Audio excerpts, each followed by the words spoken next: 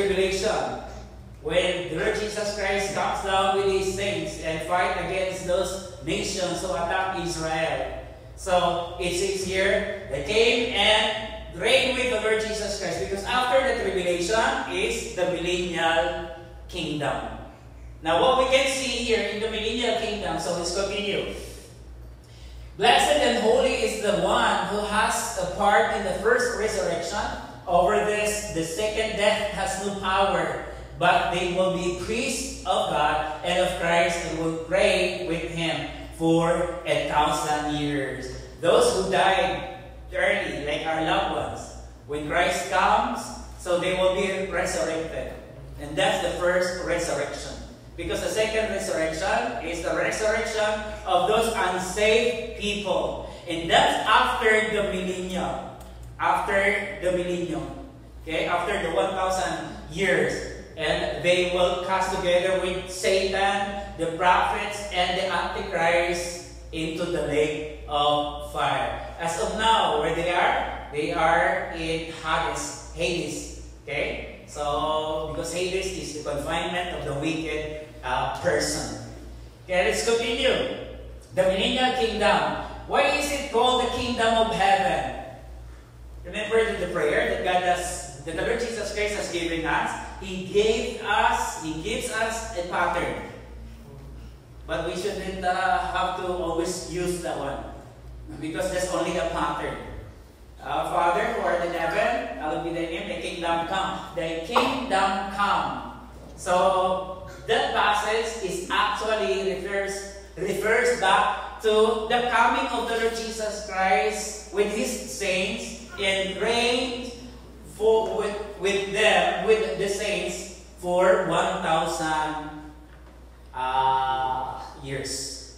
Kilometer na naman yung maisip ko sana. So 1,000 years. Okay? And the kingdom of God. So when you see this one, the kingdom of God, the kingdom of Christ, the generation, the time of refreshing, the world to come. And that refers back to the millennial kingdom, when the Lord Jesus Christ reigns as a king. Remember, I told you, even in Hosea, I think chapter 3, verse 4, and the sons of Israel for many days will continue without king. And look at them. They don't have king. They don't have priests. And they don't have like animals to be sacrificed. Why? Because the Bible is perfect. The Bible is reliable. That's why we need to be rooted and grounded in the Word of God, so that we will not be deceived. Okay? So that will not be deceived. Okay? And it's the world to come. I didn't put all this here, but you could picture the one if you want to read that one. And let's continue. So the millennial kingdom. Here, Christ will rule as a king. That's in Revelation 19, 16 to 17. But why is it that it is called the kingdom of God? If that kingdom is the kingdom of the Lord Jesus Christ, why is it that it says here that kingdom is the kingdom of God? Again, don't be confused. God and the Lord Jesus Christ is one. And after that, there would be no Jesus Christ, there would be no Holy Spirit, because the three would just turn to its original. And that is, there's only one God. That's why it's God that Moses tells Israel, don't be confused, because our God is only one God. Okay? And then, Jerusalem is the capital. See, Rosa is just like approving. Okay? Jerusalem is the capital. Okay? During the time, Jerusalem is the capital. And there will be another temple that will be built that time by the Israelites. By the Israelites. How many temples do we have? There's only two. before. And there's coming one, and there's coming another one. So we only have 4 temples that would be biblically speaking. Because the time of Solomon, he built the temple. The time of Zerubbabel, he built the temple. And then after that, the Roman, the Romans like renovated the one because it was a little bit damaged. Then after that, AD 70, it was totally and completely destroyed by Romans.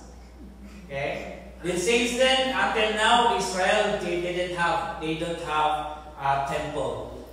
But there will be during the tribulation time, when the Antichrist sits on that temple and saying, I am the Messiah that you are waiting for. So I'm here. And Israel, because they don't believe the Bible. No, they believe the Old Testament, but they don't believe the New Testament because it is written about the Lord Jesus Christ. And they don't like Jesus Christ. They don't like Jesus Christ. They rejected the Lord Jesus Christ, but that's only partial. Okay? Just partial. Then Jerusalem is the capital. Zechariah 14:16 and 17. Then it will come about that 80 who are left of the nations that went against Jerusalem. Look at this one. Yung sequence kung paano nagkakasunod-sunod. Bakit? May church age, may rapture, di ba? May tribulation, mayroong millennium, and then mayroong white throne judgment, and mayroong eternal state. It's because the Bible is organized.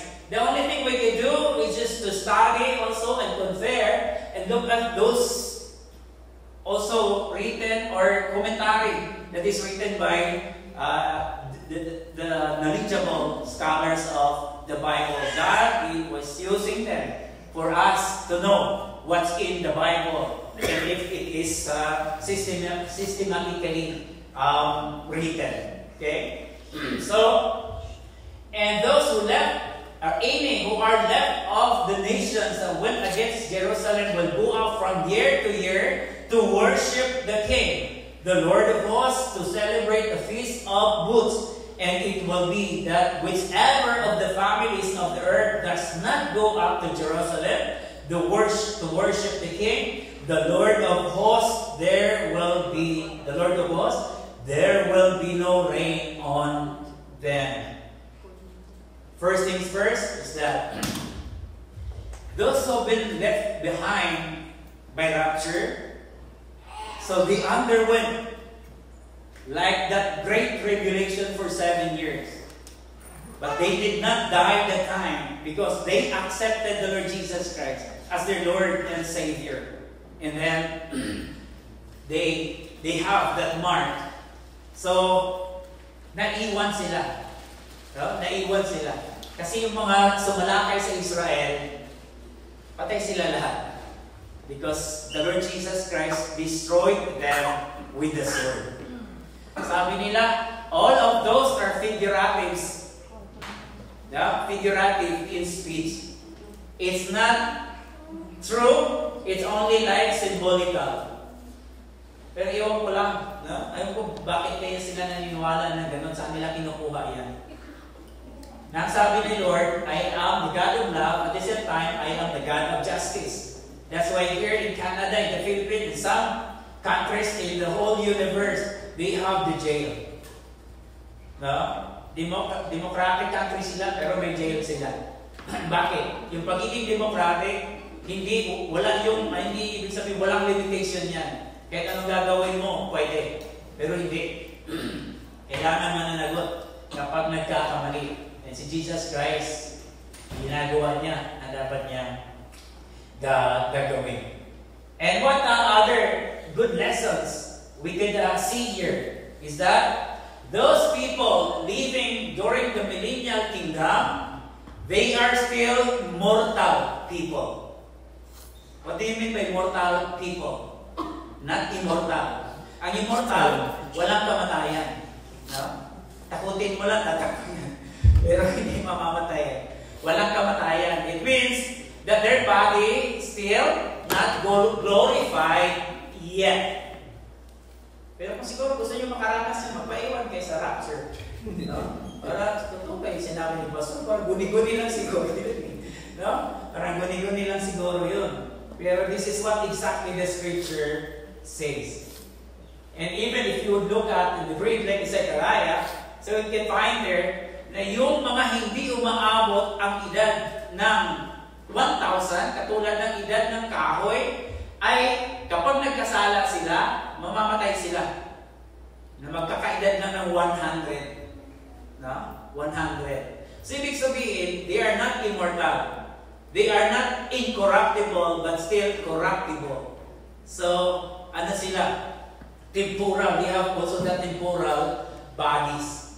So, it means, why God want to send the rain as a sort of consequence of what they are doing. Because everyone, every year, should have to go to Jerusalem. Ang tanong, mayroong plano pa kayo noon? Wala, baka bangka lang mo na ba? Yung gamit, papuntang Israel. Pero I do not know. This is what the Bible says, that all of those who are left in every nation, those who are left of the nations that went against Israel will go up from year to year to worship the King. So, during the millennial kingdom, it is quite clear that the people there is still in their mortal bodies. They are not supersonic, or they are not, I forgot that term. Okay? So we'll continue. So Satan will be bound for 1,000 years. For 1,000 years. Revelation chapter 20, verse 1. Okay? And what will happen at the time? Righteousness will grow or multiply. And that's Isaiah 11:3-5. Yung katawan. Wolf, dwell the lamb, leopard lies down with the young goat. Little boy will lead the calf and the lion. Habang siguro naglalakad sila na giya-giya o nilibid ng bata yung lion. Siguro sabi ng lion, pag hindi millennial, ubos ka ng bata ka. Ubos ka ng bata ka. And this is the result. This is the result. When the Lord Jesus Christ reigned as a king of Israel. That's why the millennial kingdom is called as the kingdom of heaven, the kingdom of God, and the kingdom of the Lord Jesus Christ, the generation, and the time of refreshing, and what's the other one? There is what we call universal peace. Pero magkaiba ito ba sa ano? Magkakaiba ito sa tribulation. Ito, universal peace. Hanggang magkakaroon ng another Gog and Magog. Pero marami pang madadaya. So, dyan. Sige. Ano natin? Lion will eat straw. The nursing child will play by the hole of the cobra. Grabe na. Sabi nila, simbolika lang daw yun. Sabi nila, figurative lang daw yun. Metaphor lang daw yun. Pero ito yung totoo. Kasi sinasabi ng Bible, babalik sa dati. Alam niyo po, kung si Adan sa Eve hindi nagkasala, dadami pa rin yung tao. Because before they committed sin against God, ano sinabi ng Panginoon? Go and replenish the earth. Magpakarami kayo. Kasi sabi nila, dumami lang daw yung tao na nagkasala, pero hindi. Before you command, sabi na ng Panginoon, Adan at Eve, you replenish the world. You multiply.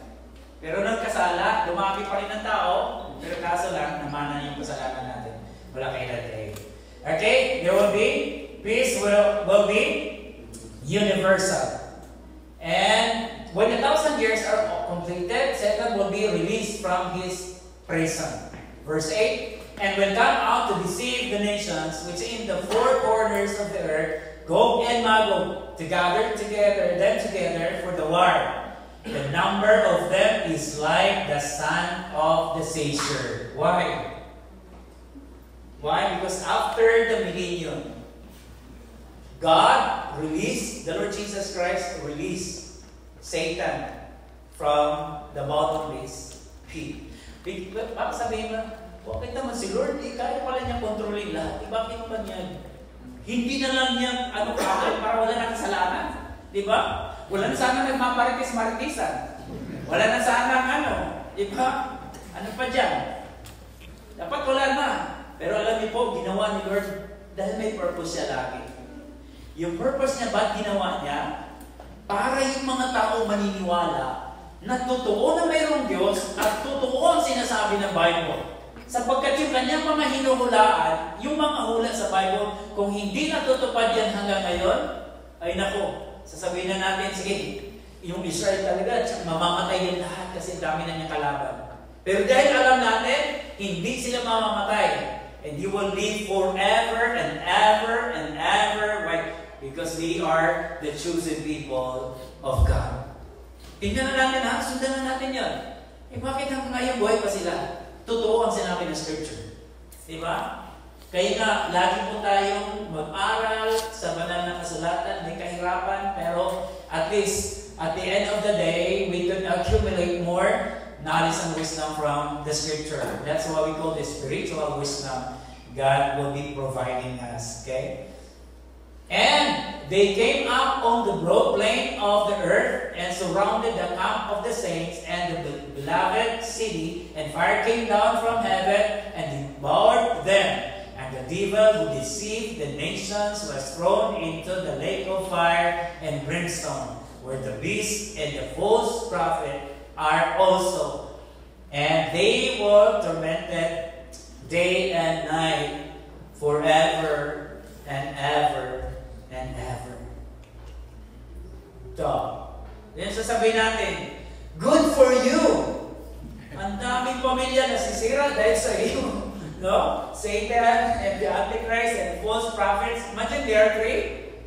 Yeah? Trinity din sila. So, at least, God is good sa buhay natin. Oh, here. So the great white throne judgment. Lapit lang ito. The judgment of the unsaved dead.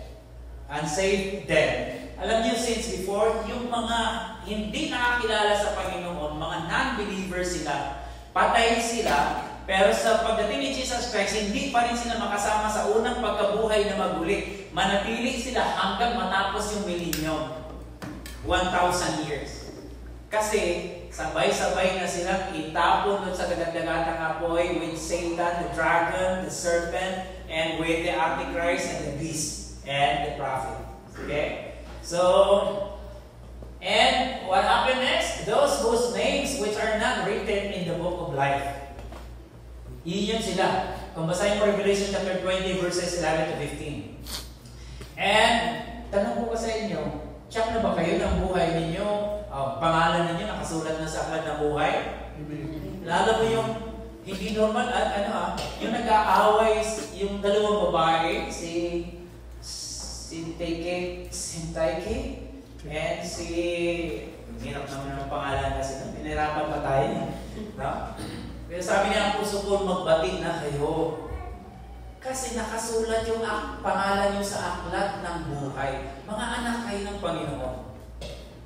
Hindi natauhan sila. Nagbati sila. O bati-bati na lang tayo, walang awayan. Yung ganun yan, walang nagmamataasan. Ganon yung church. Kapag nakikita natin na ganon na ginagawa, pinapagpala ng Panginoon. Nagtulungan. Nagtulungan.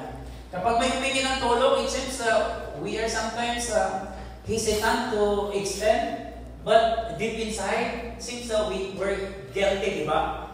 Parang guilty, bakit hindi ko ito natulungan? Wala naman akong pantulong, Lord. Hindi, painumin mo lang siya ng malamig. Kung mayroon ka mga extra dyan, bigay mo lang. So, parang tinulungan mo na rin ako. Okay? So, they are thrown into the lake of fire. Now, eternal state, ito na. magtatapos na yung buhay natin dito sa mundong ibabaw. Pero, anong nangyari? Sa Revelation chapter 20 verse 8, the new heaven and new earth will come down out of heaven from God. Kasi, ano yung kanta natin? Heaven without us? You didn't want heaven without us. You didn't want heaven without us. Ang dami na pala sa langit. Sabi nila, malabo ka makapunta sa langit kasi lagi kang nagkakasala. Anong klase kasalanan? Yung nadadaya ka ng konti. Di ba? Tapos saka pagbitik-bitik ka ng konti, mga ganon. Nag-iimbot ka ba? Ay, nagkakasala pa rin tayo mga kapatid. No? Yung bang nasa sa langit, yung thousands upon thousands came to life and meet the Lord Jesus Christ in heaven, wala ba silang kasalanan na gawa? Naku, kung wala, si Apostle Paul, hindi makakapasok sa kanilang langit. Di ba?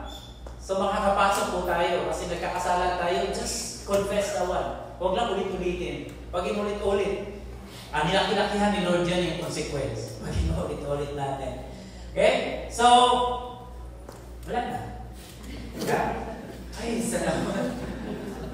Baka ni-rapture na yung iba, parang konti lang din balance. So, it's okay. At least, guys, in heaven, why the Lord Jesus Christ would just let the new heaven and the new earth to come down from God? Kasi affected itong natin, yung ating earth, yung heaven affected because Lucifer was coming from and is coming from heaven. So, kailangan our new state, na tayo? Immortal na tayo. No? Glorified body na tayo. That's why we need also a new heaven which is perfect and a new earth which is perfect. And in this revelation it says, in heaven there's no tears, there's no pain, there's no problem. Di ba? Yung may TikTok ako na I don't want peace, I like problem. Kita niyo yan? So ayaw niyang peace, gusto niyang gulo. O sige, magsama kayo ni Satan doon. Para doon ka manata ni Satan doon. Init-init pa naman doon. So, isa lang mga kapatid. Ang masabi ko po sa inyo, see to it that you have now that intimate relationship with the Lord Jesus Christ. Because if not, yes, you are a good person. But the question is, are you sure that you will go to heaven when you die? Not?